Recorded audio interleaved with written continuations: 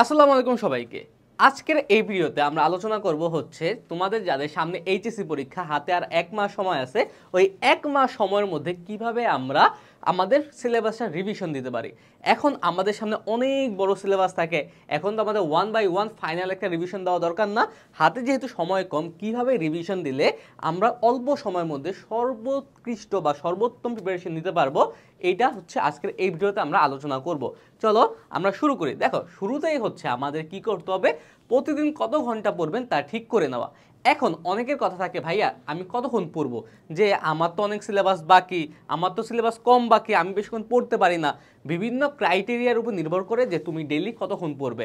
যদি আমি বলি তাহলে একটা মানবিকের শিক্ষার্থীর জন্য ডেইলি 10 থেকে 12 ঘন্টা হচ্ছে কি ইনাফ, সর্বোচ্চ। এর বেশি কি পড়া সম্ভব না কোনোভাবেই। আর যদি সায়েন্সের হয়ে থাকো তাহলে তোমার প্রয়োজন অনুযায়ী তুমি পড়তে পারো। এই যে যেহেতু রিভিশনের টাইম, এখন কিন্তু কি পড়াটা বেশি একটা কঠিন লাগবে না, কারণ হচ্ছে আমরা অলরেডি সকল কিছু পড়ে আসছি, এখন জাস্ট পড়া জিনিসগুলো আমরা দেখব। ওকে, সুতরাং আমরা কখন পড়বো, কিভাবে পড়বো, এটা আমার আগেই সিলেক্ট করে নিতে হবে। তারপরে সাপোজ আমি ধরলাম যে আমি 10 ঘন্টা পড়বো, 10 ঘন্টা সময়কে তারপরে আমার ভাগ করে নিতে হবে, ডিভাইড করব এইভাবে যে এই সময় আমি এই টপিকগুলো পড়বো, এইভাবে তোমার ভাগ করে নিতে হবে শুরুতেই। তারপরে আসি, তারপরে হচ্ছে সকালে কঠিন ও গুরুত্বপূর্ণ বিষয়গুলো রাখুন সকালবেলা। সকাল বলতে কখন, যখন আমরা ঘুম থেকে উঠি তখনই হচ্ছে কি সকাল। এখন এই সকালবেলা আমাদের মাইন্ড থাকে ফ্রেশ, আর আমাদের কি ক্রিটিক্যাল থিঙ্কিং পাওয়ারটাও তখন বেশি থাকে, আমরা বেশি প্রোডাক্টিভ থাকি। যদি সকালবেলা আমরা যেই টপিকগুলো আমাদের কাছে কঠিন মনে হয় ওই টপিকগুলো পড়ি, তাহলে আমরা খুব সহজে বুঝতে পারবো এবং আমাদের ব্রেইন এগুলো খুব ইজিলি ক্যাচ করতে পারবে। সুতরাং আমাদের সকালবেলা উচিত কি কঠিন সাবজেক্টগুলো পড়া। যেমন আমি বলতে পারি, আমি যখন কলেজে ছিলাম আমি ইকোনমিক্সটা বিশেষ করে সকালবেলা পড়তাম, কারণ কি ইকোনমিক্সটা কি আমার কাছে একটু কঠিন মনে হতো। তারপর তোমাদের যাদের ইংলিশে উইকনেস আছে তোমরা ইংলিশ পড়তে পারো, অর্থাৎ একদম ঘুম থেকে উঠেই 1 কাপ চা বা কফি খাওয়ার পরে, নাস্তা করার পরে তুমি কঠিন টপিকটা নিয়ে বসবা উইথ ফুল কনফিডেন্স। তারপর হচ্ছে আমরা পড়বো বোর্ড প্রশ্নের ট্রেন্ড দেখে অধ্যায় সিলেক্ট। দেখো দেখো এইটা কিন্তু খুবই গুরুত্বপূর্ণ, কারণ কি আমাদের হাতে আর সময় আছে কতক্ষণ ভাইয়া, 1 মাস। এই 1 মাস সময় কি আমাদের সব পড়া উচিত না? আমাদের কিন্তু ফাইনাল এইচএসসি পরীক্ষার কোশ্চেন প্যাটার্নটা বোর্ড কোশ্চেন প্যাটার্নে এসে থাকে। সুতরাং তোমার যে টেস্ট পেপার আছে ওই টেস্ট পেপারের বোর্ড কোশ্চেনগুলো সলভ করতে থাকো বারবার, কারণ কি দেখবে যে ওই মেইন যে বিশেষ করে গ আর ঘ, ওই বোর্ড কোশ্চেন থেকে কিন্তু শিওর তুমি কমন পাবা। সুতরাং তোমার এই বোর্ড কোশ্চেনের প্যাটার্নটা বুঝতে হবে। তারপরে এখানে আরেকটা ব্যাপার আছে, এখানে কি প্রশ্নের ট্রেন্ড বলতে কি বোঝানো হচ্ছে, এখানে তুমি দেখবা যে কতগুলো প্রশ্ন ব্যাংক বা টেস্ট পেপার অ্যানালাইসিস করে তুমি জাস্ট দেখবা যে কোন কোন চ্যাপ্টার থেকে বেশি আসে।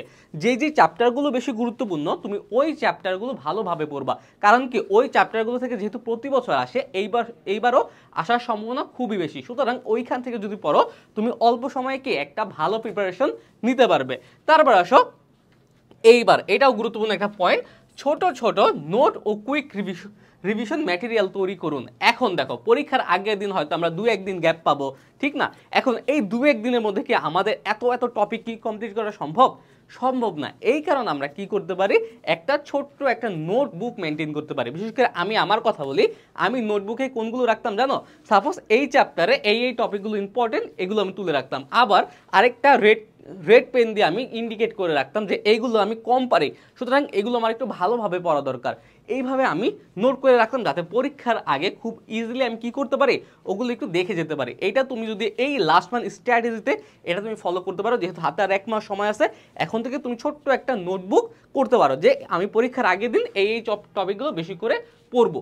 ওকে, তারপর আসো টাইম ম্যানেজড মক টেস্ট। এটা কি প্র্যাকটিস, মূলত এটা কি প্র্যাকটিস। যে আমরা জানি আমাদের সৃজনশীল লেখার ক্ষেত্রে সিকিউ, বিশেষ করে সিকিউ আর রাইটিং এই দুটার ক্ষেত্রে কি টাইম ম্যানেজমেন্ট খুবই গুরুত্বপূর্ণ।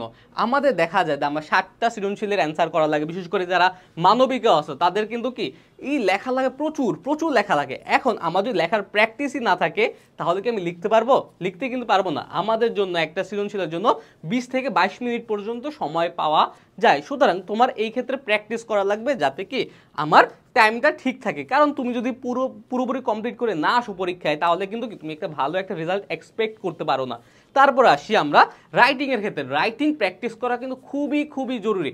অল্প সময়ের মধ্যে তুমি কিভাবে সুন্দর একটা রাইটিং, বিশেষ করে বাংলা আর ইংলিশের ক্ষেত্রে এটা তোমার কি করতে হবে, প্র্যাকটিস করে আত্মস্থ করতে হবে। সুতরাং টাইম ধরে ধরে এগুলো তুমি প্র্যাকটিস করবা। ওকে ভাইয়া, এগুলো কিন্তু খুবই খুবই জরুরি। আমাদের লাস্ট মান্থে যদি এগুলো না করি তাহলে পরীক্ষায় কি আমরা স্লিপ আউট করতে পারি। সুতরাং এখন থেকে এটা সুন্দরভাবে তোমার শিখা লাগবে যে কিভাবে আমি অল্প সময়ের মধ্যে সবচেয়ে ইফেক্টিভ একটা এক্সাম দিতে পারি। তারপর দেখো, একদিনে 3-4টা বিষয় না রেখে 2টি বিষয় রাখা। মানে কি, একদিন বলতে এখানে সকাল হতে পারে, বিকাল হতে পারে, রাত্র হতে পারে। আমরা অনেকে আছে কি একটা ঘোজামিল পাকিয়ে ফেলি, যে দেখা গেছে এই বাংলা পড়লাম, এই ইংলিশ পড়লাম, এই অর্থনীতি পড়লাম, এই যুক্তিবিদ্যা পড়লাম, কিন্তু না ভাইয়া, এইভাবে দেখা যায় কি যে কোনোটাই পড়া হয় না। তুমি কি করতে পারো, যে টার্গেট নিতে পারো যে আজকে আমি এই চ্যাপ্টারটা পড়বো, কালকে আমি এই চ্যাপ্টারগুলো পড়বো।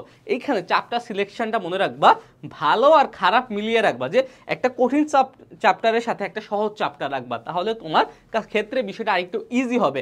এইভাবে যদি রাখতে পারো, সাপোজ আমার কাছে যুক্তিবিদ্যাটা খুবই কঠিন লাগতো, ইংরেজি আবার আমার কাছে সহজ লাগতো, আমি সবসময় যুক্তিবিদ্যা আর ইংরেজি একসাথে রাখতাম। আবার আমার কাছে সিভিক্স খুব সহজ লাগতো, আবার ইকোনমিক্স একটু কঠিন লাগতো, আমি ইকোনমিক্স আর সিভিক্স একসাথে রাখতাম। এইভাবে হচ্ছে তোমার প্ল্যান করা লাগবে, বাংলার সাথে কোনটা তোমার ভালো যায়। এইভাবে একটা প্রপার একটা প্ল্যান রেখে একদিন তুমি 2টা চ্যাপ্টার বা 2টা সাবজেক্ট পড়তে পারো, এই ক্ষেত্রে তোমার জন্য ভালো হবে, আউটকামটা বেটার পাওয়া যাবে। তারপরে মানসিক প্রস্তুতি ও স্ট্রেস ম্যানেজমেন্ট। এই পরীক্ষার আগে আমাদের কিন্তু একটু মানসিক বিভিন্ন সমস্যা ফেস করতে থাকি, বিশেষ করে আমাদের এক্সামের জন্য স্ট্রেসটা অনেক বেশি দেখা দেয়। এই ক্ষেত্রে কি আমি অলরেডি তোমাদের জন্য একটা ডেডিকেটেড ভিডিও দিয়েছি স্ট্রেস ম্যানেজমেন্ট নিয়ে। তারপরে বলি, এই পরীক্ষার আগে তোমার টেনশন হওয়াটা স্বাভাবিক, কিন্তু এই টেনশন কমাতে কিছু কিছু জিনিস খুব ভালো কাজে দেয়। তার মধ্যে সবচেয়ে গুরুত্বপূর্ণ হচ্ছে ঘুম। তোমার জন্য আমি বলবো 6 থেকে 7 ঘন্টা ঘুমানো উচিত, মিনিমাম এটা। তুমি সর্বোচ্চ 8 ঘন্টা পর্যন্ত ঘুমাতে পারো, যেহেতু পরীক্ষার সামনে বেশি ঘুমালে আবার সমস্যা। ওকে, তুমি ঘুমাবা, এতে তোমার মানসিক শান্তি পাওয়া যাবে। আর প্রতিদিন 10 থেকে 15 মিনিট বা 20 মিনিট সর্বোচ্চ, বা আরও বেশি তোমার সময় অনুযায়ী তুমি একটু হাঁটাহাঁটি করবা, কায়িক শ্রম একটু করার দরকার আছে। আর নাইলে কিন্তু কি তোমার মাথা কাজ করবে না। আমাদের প্রোডাক্টিভ হওয়াটা খুব জরুরি। এখানে যে তোমার পড়ার টেবিলে বসে থাকলে যে তুমি প্রোডাক্টিভ হয়ে যাবা, তোমার পড়া হয়ে যাবে, এইরকম না। আমার পড়াচ্ছে কতক্ষণ আমি পড়াটা ধরে রাখতে পারছি, আমার মাথায় কতটুকু পড়া নিতে পারছে, এটা হচ্ছে বেশি ইম্পর্টেন্ট। এই কারণে তোমার মানসিক শান্তির দরকার আছে, প্রপার স্লিপের দরকার আছে, তারপরে কি একটু কায়িক শ্রমেরও দরকার আছে। এই জিনিসগুলো তোমার মাথায় রাখতে হবে। তারপর তো প্রেয়ার তো আছেই, প্রার্থনা, সৃষ্টিকর্তার প্রার্থনা তো করা লাগবে এক্সামের আগে, ঠিক না? তুমি যদি এই স্ট্র্যাটেজিগুলো ফলো করো পরীক্ষার আগে, শেষ 1 মাস আশা করছি তোমার পরীক্ষায় একটা বেটার ফলাফল পাওয়া যাবে। তোমার এই যে এই জিনিসগুলো তুমি একটু ফলো করো, দেখবা যে 15 দিন পরে তুমি একটা হিউজ একটা চেঞ্জ দেখতে পাচ্ছ। ওকে ভাইয়া, তাহলে আজকের ভিডিওটা এই পর্যন্তই থাকলো। ও তার আগে ভালো কথা, এই যে তোমরা যারা ইংরেজি, বাংলা এবং আইসিটিতে স্টিল দুর্বল আছো, হাতে আর 1 মাস মাত্র সময় আছে, তোমাদের জন্য কিন্তু কি আমাদের ক্যাপস্টোন রিভিশন প্রোগ্রামের এই ইবিআই অর্থাৎ ইংলিশ বাংলা আইসিটি কোর্সটি, এই ইংলিশ বাংলা আইসিটি কোর্সটি কাদের জন্য? যাদের অনেকের সমস্যা থাকে না, ভাই আমি ইংরেজি পুরোপুরি পারি না, বাংলা পুরোপুরি পারি না, আইসিটি পারি না, তাদের জন্য কিন্তু কি আমাদের এই কোর্সটি। এখানে ইংরেজি প্রথম পত্র, ইংরেজি দ্বিতীয় পত্র, বাংলা প্রথম পত্র, বাংলা দ্বিতীয় পত্র এবং আইসিটি, এর উপরে যেই টপিকগুলো মোস্ট ইম্পর্টেন্ট ওগুলো তো হাইলাইট করে দেওয়াই আছে।